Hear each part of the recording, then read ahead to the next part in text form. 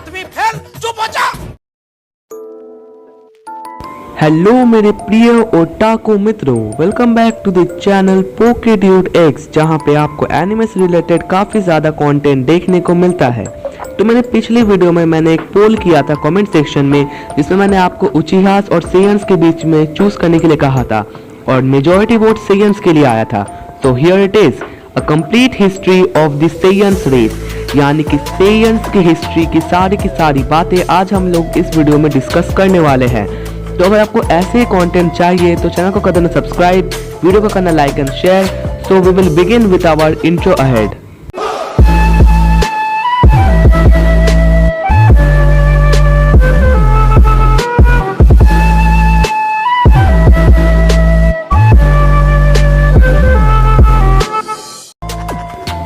तो आप सबको तो पता ही होगा, ड्रैगन बॉल के main characters Goku and Vegeta है। एंड गोकू का रियल नेम है कैकारोट, जो कि लिया गया है कैरेट से, और वेजिटा का मतलब होता है वेजिटेबल्स। और ऐसे ही ड्रैगन बॉल यूनिवर्स में जितने भी कैरेक्टर्स हैं उन सब के नाम वेजिटेबल्स पे बेस्ड है।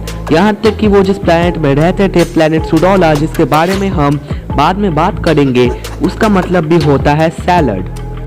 तो कहानी है 1000 से भी ज़्यादा साल पहले की। एक प्लैनेट रहा जहाँ पे दो टाइप के रेसेस बिलोंग करते थे। पहले थे सेयन्स और एक दूसरे थे जिनका नाम तो नहीं पता, लेकिन वो लोग सेयन्स से काफ़ी ज़्यादा पावरफुल थे और इसी कारण से वो हमेशा उन्हें अपने पैरों के नीचे दबोच के रखते थे। और उस प्लैनेट पे रिसोर्सेज की बहुत कमी थी, इसलिए दोनों रेसेस अपने बीचों बीच काफ़ी ज़्यादा वॉर में रहते थे। और एक दिन सेयन्स ने उन सबको हरा दिया और वो पूरा प्लैनेट सेयन्स का हो चुका था। तो सेयन्स के बारे में हमें एक और बात जान लेनी पड़ेगी कि अभी के टाइम पे सेयन्स को जैसे पोर्ट्रे किया जाता है, पहले के सेयन्स वैसे बिल्कुल नहीं थे। वो बहुत ही ज़्यादा बारबेरिक टाइप के थे। बारबेरिक से मेरा मतलब ये है कि जब इंसान अपने स्टोन एज के टाइम पे था, तब वो जैसे हर एक चीज़ के लिए लड़ाई करते थे, सेयन्स भी सारे रिसोर्सेज के लिए लड़ाई ही करते थे। और उनकी कम्युनिटी में भी उन्हें इसी बात से इज्जत दी जाती थी कि कौन कितना ज़्यादा पावरफुल है। और यहाँ तक कि वो अपने बच्चों की भी उतनी ज़्यादा केयर नहीं करते थे, यानी कि वो काफ़ी आवारा टाइप के लोग रहा करते थे। तो सेयन्स और ह्यूमंस में ज़्यादा डिफरेंस नहीं होता, भले ही कि उनके बाल अलग टाइप के होते हैं और उनकी पूंछ होती है। गोकू और वेजिटा के फर्दर एपिसोड्स में पूंछ सर्जिकली रिमूव कर दी गई थी और इससे उनको ज़्यादा फर्क नहीं पड़ा था, लेकिन जो पूंछ होती है वो उनके फिलोसॉफीज एंड पावर को मेंटेन करके रखने में मदद करती है। तो एक सेयन अपने पावर लेवल्स को ट्रेनिंग के जरिए एनहांस कर सकता है और इसी तरह काफ़ी टाइम बाद एक सेयन अपीयर किया जिसने अपने पावर लेवल्स को एक अलग ही लेवल में एनहांस कर लिए थे और उस सेयन का नाम था यामोशी। तो यामोशी भी कुछ उतना अच्छा वाला गुड बॉय नहीं था, वो भी अपने पावर्स को और एनहांस करना चाहता था और उसकी डिस्ट्रक्शन की वजह से उनका पूरा का पूरा प्लैनेट ही तबाह हो चुका था और इस डिस्ट्रक्शन में उसकी भी मौत हो जाती है। लेकिन इसके बाद एक और स्पीशीज थी जो उन पे ऑल टाइम नज़र बनाए रख रही थी। उन स्पीशीज का नाम था दी चेंजलिंग्स, यानी कि अपनी फ्रीजा की फैमिली। उन चेंजलिंग्स ने एक बात नोटिस की कि सेयन्स काफ़ी ज़्यादा पावरफुल रेस है, तो हर किसी की तरह उन्होंने उसका इस्तेमाल करने का सोचा। उन्होंने उन सब सेयन्स को एक प्लैनेट पे ट्रांसफ़र कर दिया जिस प्लैनेट का नाम था द प्लैनेट प्लांट, और उन्होंने एक डील साइन की उनके साथ कि वो उनके चारों तरफ से देखभाल करेंगे और वो पूरा प्लैनेट भी उन्हीं का है।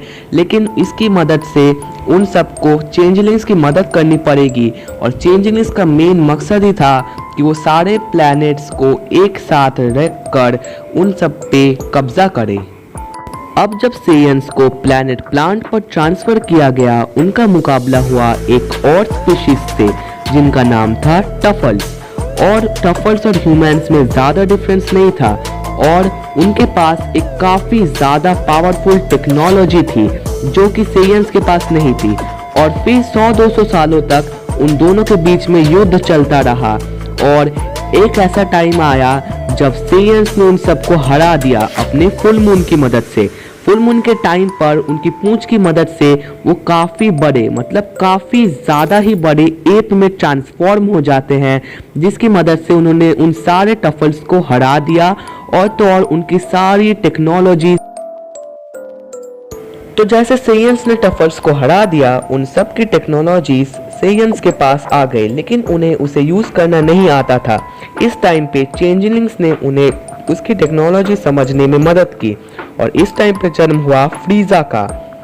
तो इस टाइम पे वो लोग अपने डेमोक्रेटिक रूल को लाने के बावजूद भी वहाँ पे एक फेडरल टाइप की गवर्नमेंट ही चलती थी, यानी कि वहाँ पे राजाओं का सिस्टम बना रहा।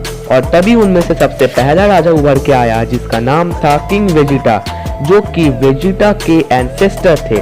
तो वेजिटा नाम की एक खासियत है कि नाम generation to generation pass on होता रहता है, यानी कि वेजिटा के पापा, उसके पापा, उसके पापा, इन सब का नाम वेजिटा ही होगा। लेकिन ये बात वेजिटा के बच्चों पे लागू नहीं होती क्योंकि उसकी वाइफ एक ह्यूमन है। फिर फ्रीजा भी धीरे धीरे सारे के सारे प्लैनेट्स को एनेक्स करने में लगा रहा, लेकिन धीरे धीरे उसे रियलाइज हुआ कि सेयंस एक काफी ज्यादा पावरफुल रेस है और उसने अपने एंसेस्टर से सुपर सेयन के बारे में सुना था, लेकिन वो एक माइथोलॉजी ही समझता था उसको। लेकिन उसे फिर भी डर था कि आगे जाके कोई सेयन उसकी मौत का कारण ना बने।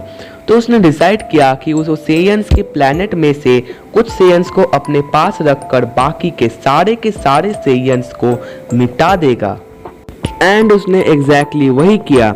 उसने इस पूरे प्लैनेट को डिस्ट्रॉय कर दिया और सिर्फ 3 ही सेयंस को अपने पास रखा, जो कि थे वेजिटा, नापा और गोकू का भाई। तो इस टाइम पे देखने वाली बात है कि सबको लगा कि इन्हीं तीनों सेयंस के अलावा और कोई नहीं जिंदा बचा, और उन तीनों को यही बताया गया था कि एक एस्टेरॉयड की वजह से उनका पूरा प्लैनेट डिस्ट्रॉय हो चुका था। लेकिन बात कुछ और ही थी।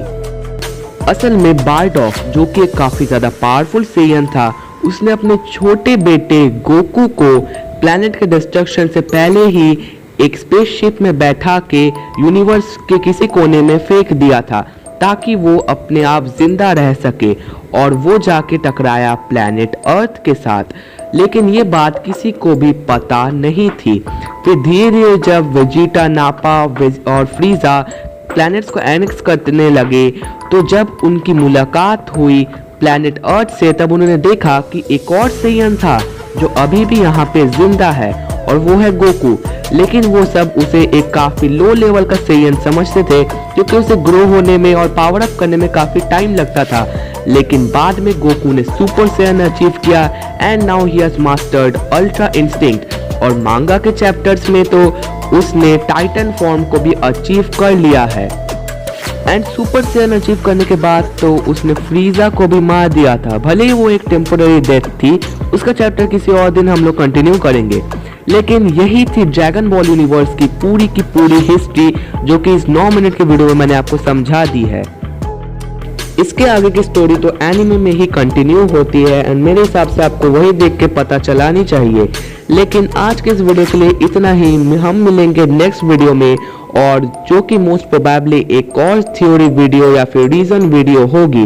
तो इस वीडियो पे भी अपना सपोर्ट दिखाना बिल्कुल मत भूलना।